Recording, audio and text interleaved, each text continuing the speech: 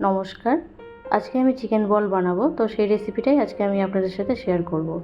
তো চিকেন বল বানানোর জন্য আমি এখানে বোনলেস চিকেন নিয়ে নেব, আর 4-5 কোয়া মতো রসুন, সামান্য পরিমাণে আদা কুচি, পরিমাণ মতো নুন, আর সামান্য ধনেপাতা কুচি, আর সামান্য পরিমাণে পুদিনা পাতা দিয়ে আমি একটা পেস্ট বানিয়ে ফেলবো। তো মাংসের পেস্টটা এরকম ড্রাই হতে হবে। আমি এখানে সামান্য পরিমাণে পেঁয়াজ ব্যবহার করব। তো আগে থেকে আমি একটা পেঁয়াজ ছোটো ছোটো করে কেটে সামান্য নুন দিয়ে রেখে দিয়েছিলাম, যাতে পেঁয়াজ থেকে পুরো জলটা বেরিয়ে যায়, আর জলটা চিপে আমি শুধু পেঁয়াজটাই পকোড়ার মধ্যে দেবো। তো জলটা এই জন্যই চিপে নেব, যাতে অনেক সময় কি হয়, বড়াগুলো তেলে ভাজার সময় বড়াগুলো খুলে যায় বা তেলের মধ্যে গিয়ে বড়াগুলো ছেড়ে যায়। তো সেটা যেন না হয়, তো তার জন্য জলটা ফেলে দিয়ে আমি পেঁয়াজটা ব্যবহার করব। আর তারপরে দিলাম পরিমাণ মতো নুন, পরিমাণ মতো হলুদ গুঁড়ো, পরিমাণ মতো জিরের গুঁড়ো, ধনের গুঁড়ো, সামান্য লঙ্কার গুঁড়ো, আর সামান্য পরিমাণে গরম মশলার গুঁড়ো দিয়ে সেটা আমি রেখে দিলাম। আর এখানে আমি কিছুটা পরিমাণে পাউরুটিকে টুকরো টুকরো করে কেটে নিয়েছি একটা ব্রেড ক্রাম্ব তৈরি করব বলে। তো এই ব্রেড ক্রাম্ব আমি এক বাটি মতো সেই পকোড়ার ব্যাটারের মধ্যে দিয়ে সেটা ভালোভাবে মিশিয়ে নেব। এরপর ব্রেড ক্রাম্ব আর চিকেনের পেস্টটা ভালোভাবে মিশিয়ে নেব। মিশিয়ে নেওয়ার পর একটা স্মুথ ডো তৈরি করব।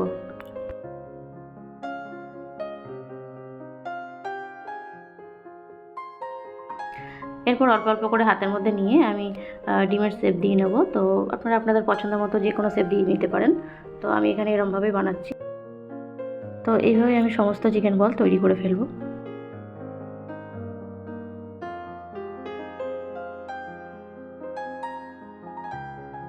তো এরপর আমি ডিমের একটা কোট তৈরি করব। তো তার জন্য এখানে আমি 2টো ডিম নিয়েছি, আর 1 চামচ মতো কর্নফ্লাওয়ার আর সামান্য নুন দিয়ে আমি ভালো মতো মিশিয়ে নেব।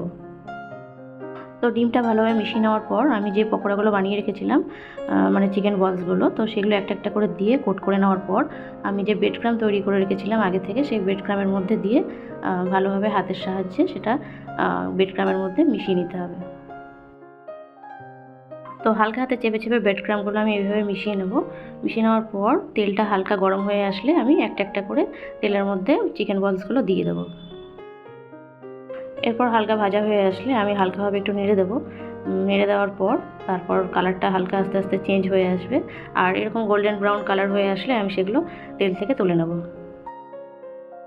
তো একদম সামান্য কিছু ইনগ্রেডিয়েন্টস দিয়ে এটা ঘরে খুব সহজেই বানানো যায়, আর ভীষণ টেস্টি হয় খেতে। এটা তো অবশ্যই আপনারা একবার ট্রাই করে দেখবেন। আমাদের তো ভীষণ ভালো লেগেছে, আশা করি আপনাদেরও ভালো লাগবে। তো আমার আজকের রান্না এই পর্যন্তই। আপনারা সবাই ভালো থাকবেন, সুস্থ থাকবেন। নমস্কার।